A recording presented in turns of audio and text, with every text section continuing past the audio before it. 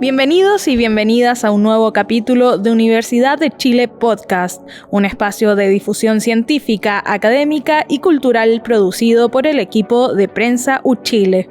En este capítulo nos adentramos a responder cómo está Chile en materia de criminalidad y qué tan efectiva es la cárcel como una medida para controlar el delito, frente a una crisis de seguridad mediática y una atmósfera política susceptible al populismo punitivo.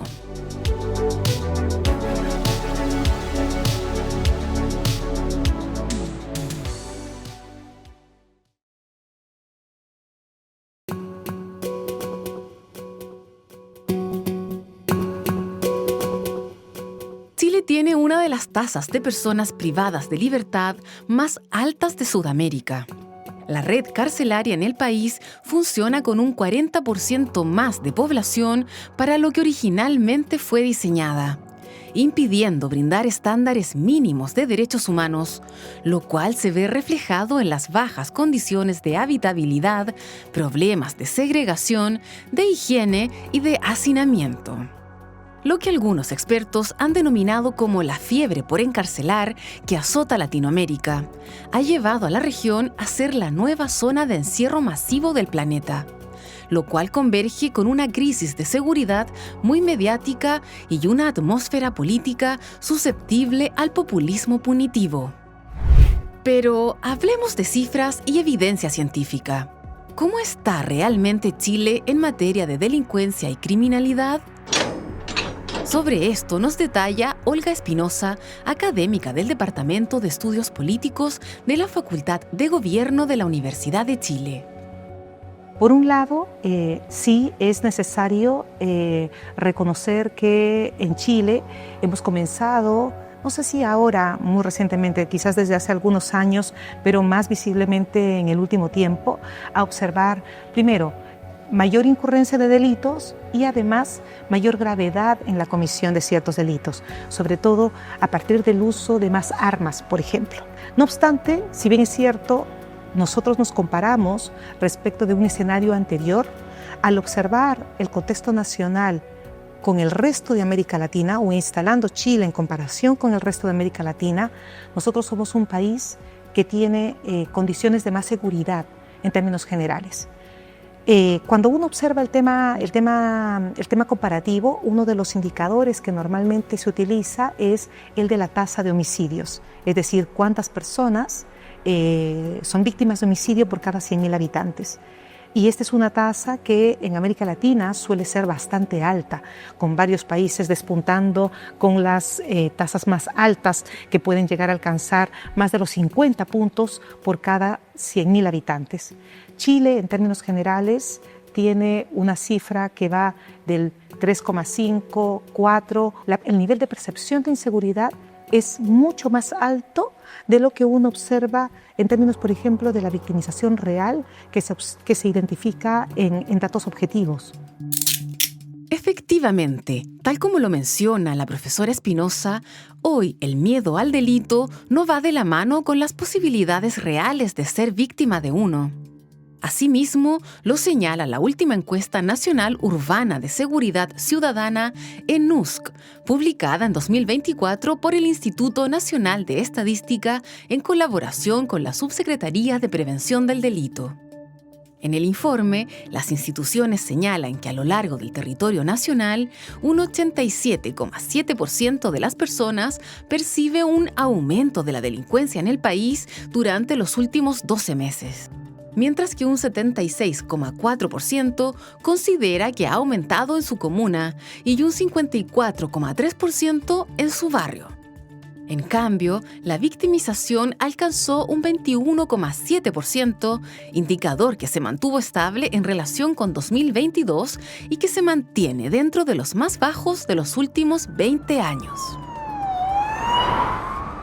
El fenómeno del miedo al delito se nutre por múltiples factores y no solamente se debe por haber sido víctima de uno.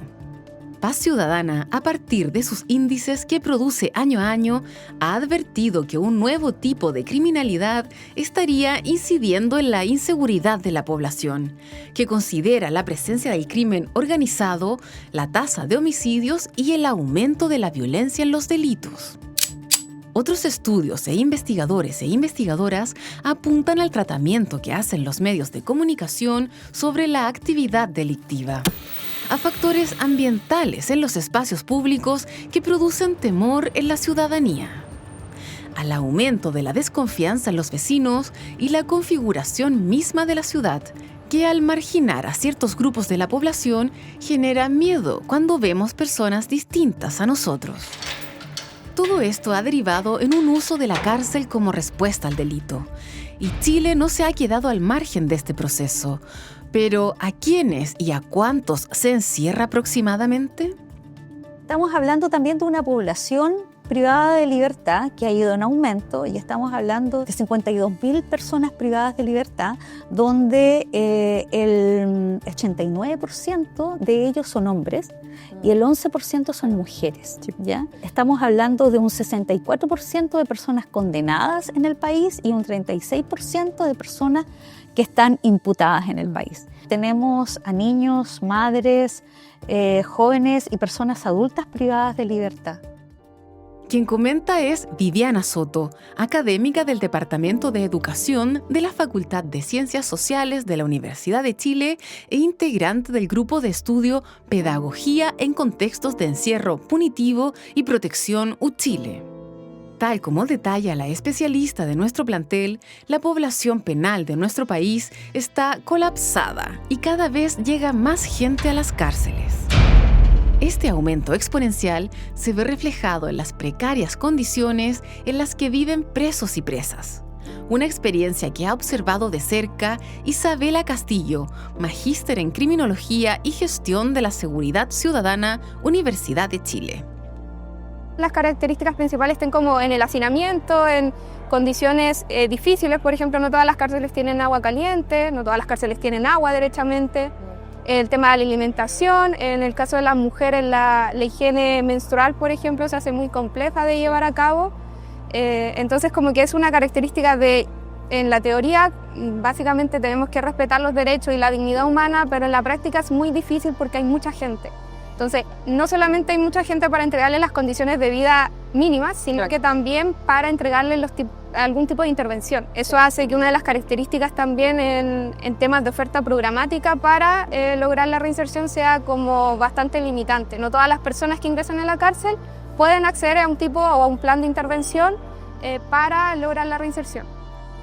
Desde su trabajo como directora de proyecto Reinserción, agrupación estudiantil que nace al alero de un curso de Ingeniería Industrial en la Universidad de Chile, Isabela ha visto cómo el encarcelamiento afecta en distintas dimensiones la vida de personas presas.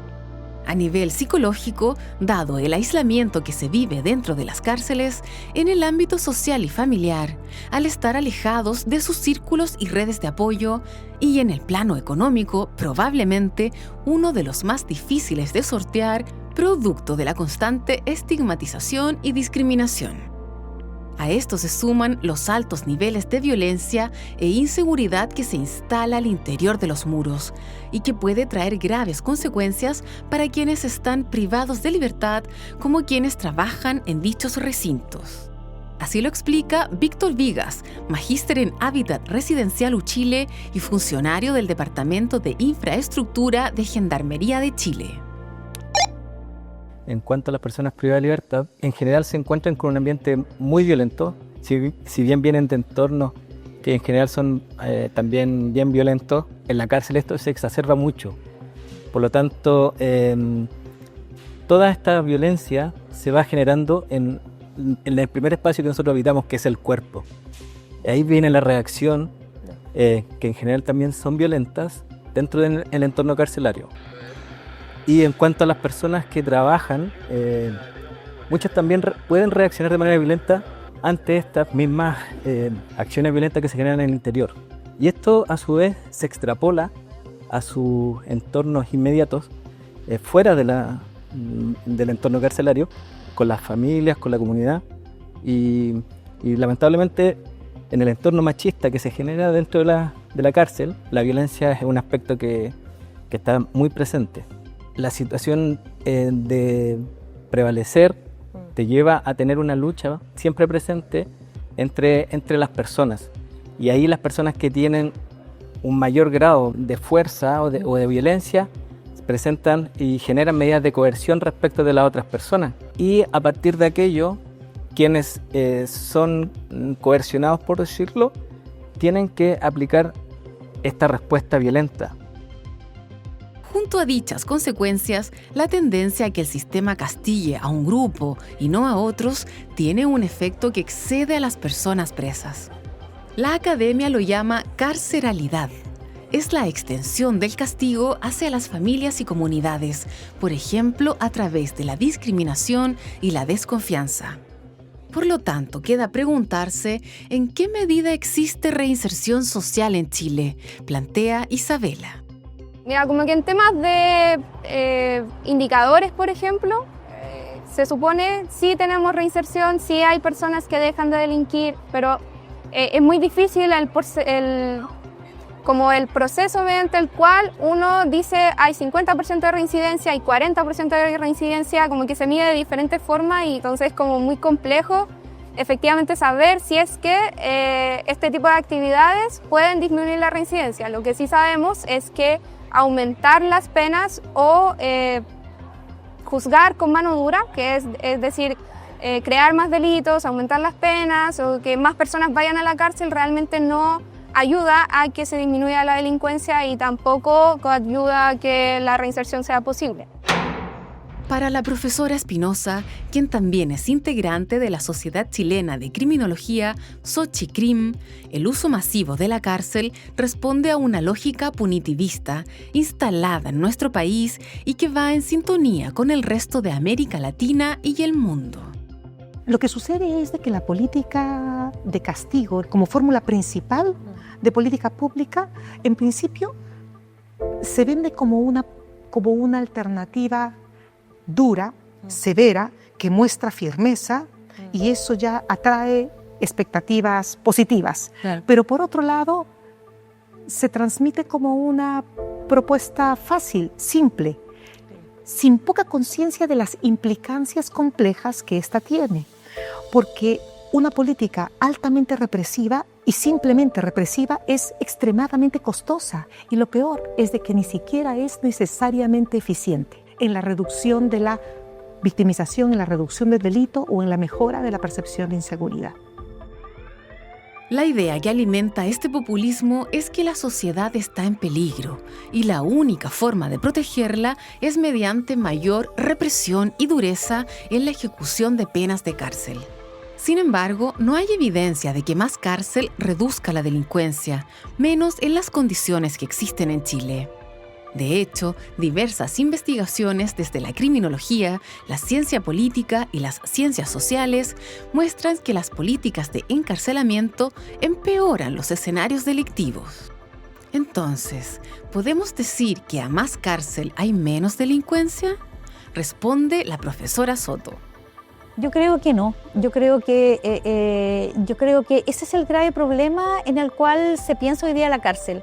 Se piensa que llevar a más personas que han cometido delito a la cárcel nos vamos a liberar de los riesgos, del miedo y de la inseguridad que se vive en las calles. Yo creo que es un círculo vicioso ya que lleva justamente a pauperizar las condiciones y la democracia en el país. Frente a este escenario, debemos pensar en nuevas alternativas que apuesten por el diálogo y la revisión de las trayectorias de vida de quienes cometen delitos, finaliza Olga Espinosa. Que la cárcel es un espacio complejo por el solo hecho de encerrar personas que no van voluntariamente a cumplir ese encierro. Entonces, no es anormal que se generen múltiples situaciones delicadas. Pero esas situaciones delicadas pueden resolverse con mucha violencia o pueden resolverse de forma pacífica, dándole voz a todos los actores y al mismo tiempo, al darles voz, entregándoles también el título de ciudadanos colaboradores de su propio destino. Esos son experiencias muy interesantes que no se han manifestado en Francia o en España o en Inglaterra, sino aquí al lado, en Argentina, en Uruguay, y que yo creo que vale la pena tomarlas en consideración.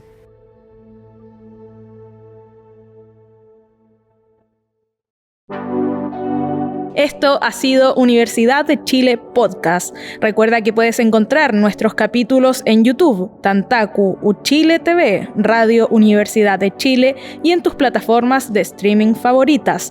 Síguenos para que no te pierdas ninguna actualización.